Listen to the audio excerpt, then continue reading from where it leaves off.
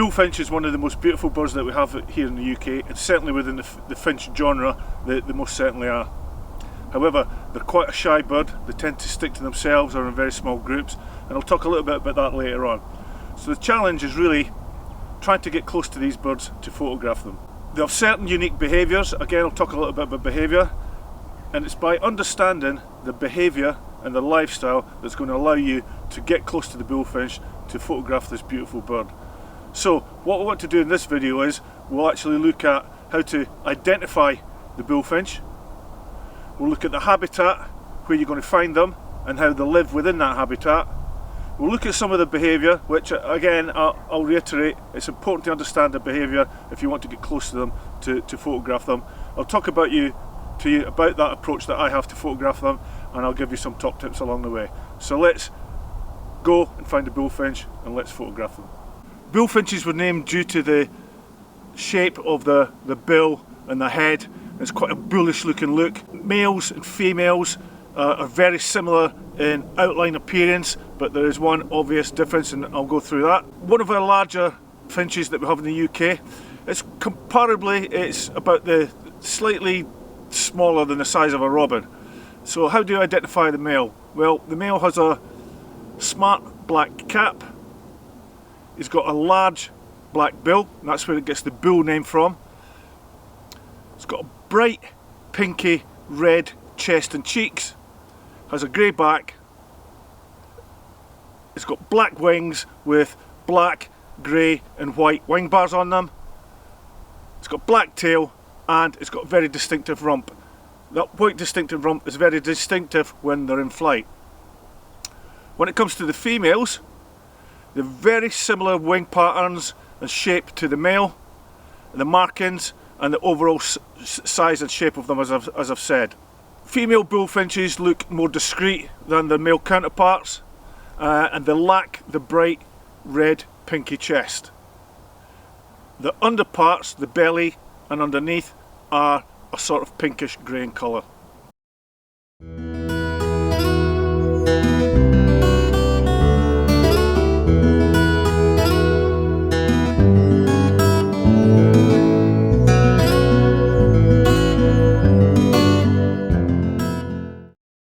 Another great identification feature of the bullfinch is to know its call, and like all birds, if you can recognise the call, it can give you a warning that the bird's in the area, and you can get yourself ready to try and get your images.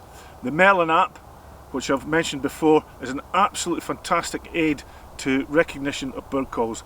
If you've not got it, I'd have a look at it. It's completely free. The bullfinch call is a very soft and muted. It's like the bird itself. It's a shy bird, which means you have to be quite near them to actually hear them. The contact call is a soft doot, doot, doot, and it's repeated at regular intervals as they forage along hedgerows like this. And here it is now.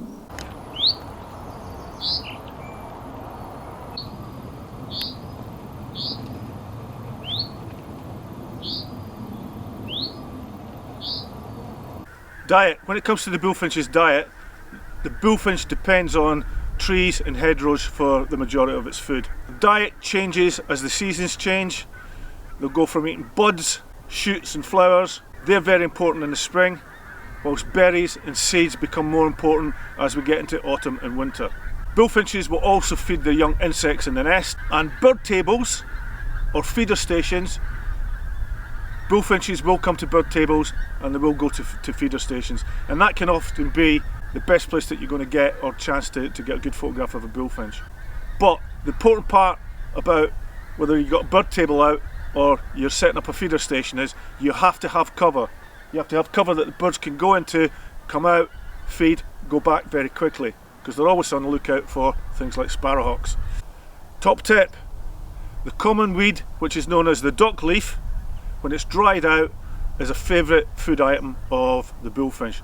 So if you've got a source of dock leaf that's died off and is drying out, great tip is to pick them, and actually, if you've got a bird table or a feeder station, is to leave them out. Leave them out upright, and if there's bullfinches around, they should go to the dock leaf. It's a great food source for the bullfinch.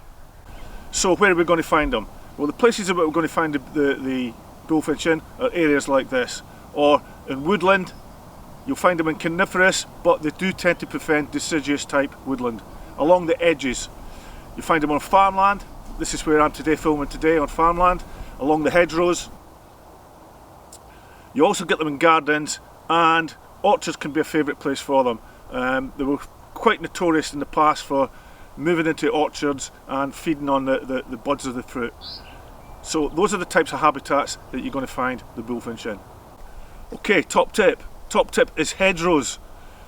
Hedgerows will offer the bullfinch that quiet place it's after and that protection. And what they'll tend to do is they'll forage along the hedgerow. And so the best thing that you can do, if you've got bullfinches in the area and they're on a hedgerow, is position yourself like I have here on the edge of this hedgerow, and I'm just waiting on the birds working their way down this hedgerow and getting closer to you. Don't go chasing them, because as I said, they're shy birds that you'll just lose them. You're better standing and waiting for the bullfinch to come to you. Okay, what I want to do now is just talk a little bit about bullfinch's behaviour. I'm a great believer that the more you know about your subject, the greater the opportunities and the chances that you're going to get close to that subject to photograph them by understanding their behaviour. Firstly, the bullfinch is a very shy bird, so you have to be very careful in things like your movement, where you position yourself and how you set yourself up. Bullfinches tend to become more sociable in late autumn and going into winter. What they will then start to do is they'll start to form small groups. So we're not talking like flocks of chaffinches or goldfinches, or which is known as a charm. Bullfinches form small family groups, 3 or 4 pairs maybe, and that is called a bellowing. A bellowing. That's the collective term that's used for a group of bullfinches. As I've said, they can be found at feeding stations, and that may well offer you the best chance that you're going to get for getting those close-up images of the bullfinch at a feeder station.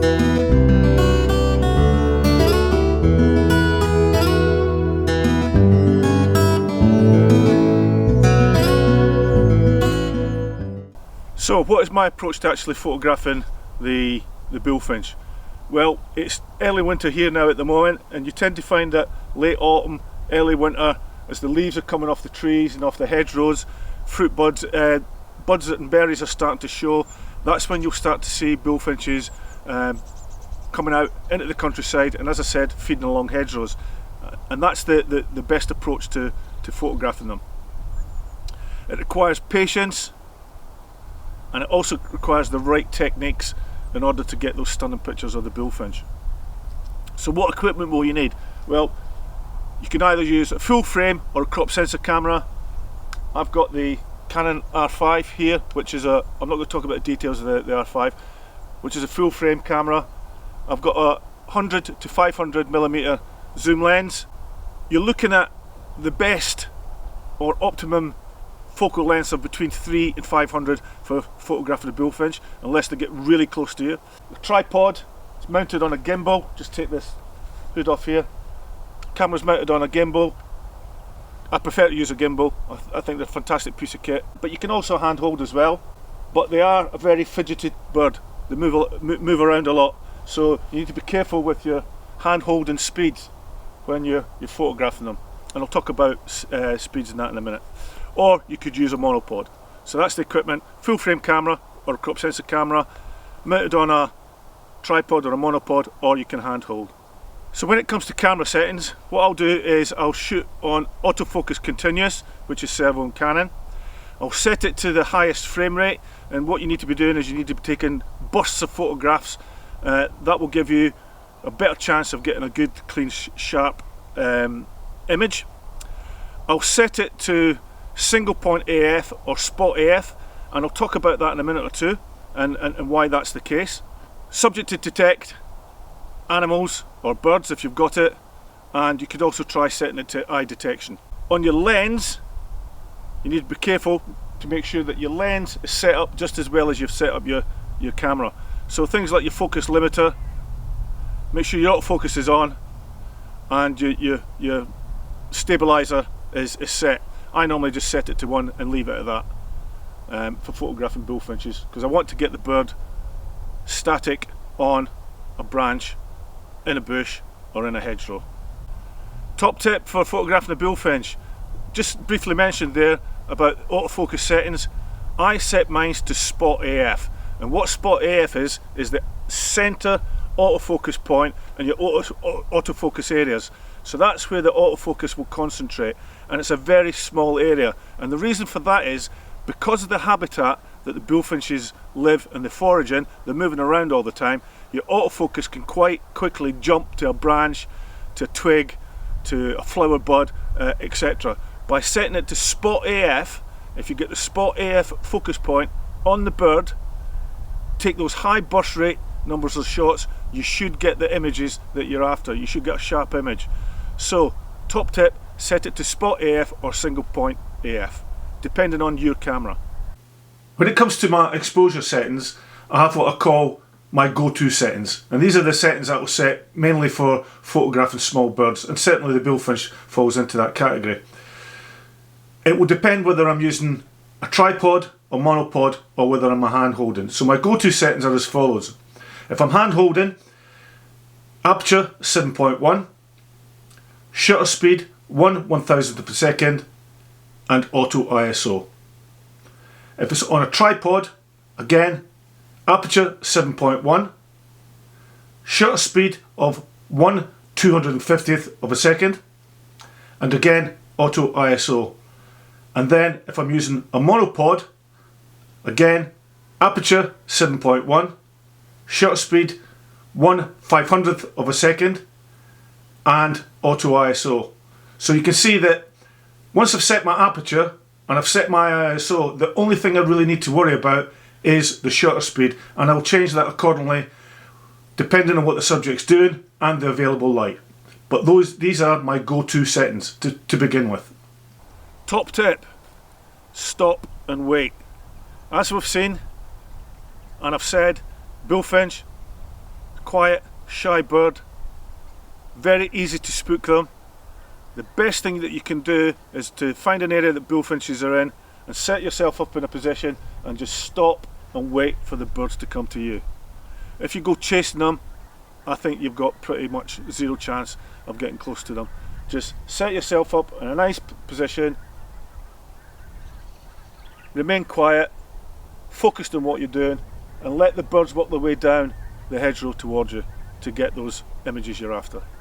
What I'd like to do now is just share with you some of my favourite images that I've taken of the bullfinch, and I hope that you enjoy them.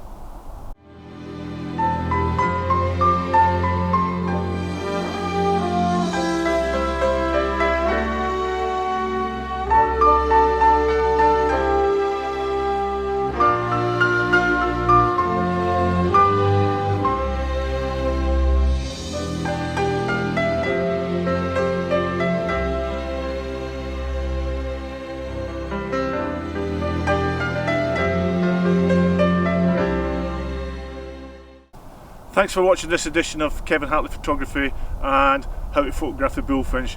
As I'm sure you've just seen, a beautiful looking bird. Again, I'll reiterate, they are quite shy to get near to, but you can get some fantastic images if you do. All I would ask is that if you've liked this video, could you hit the like button? Could I also ask you to subscribe to my channel, Kevin Hatley Photography. It doesn't cost anything, it's completely free. And what it does by hitting the like button and subscribing, it just allows me to get my videos out onto YouTube and share them with people all around the world. And that's the aim of my channel, is just to share my experience and my knowledge of photographing wildlife here in the UK. So until the next time, stay safe, take care, and hope to see you soon. Bye for now.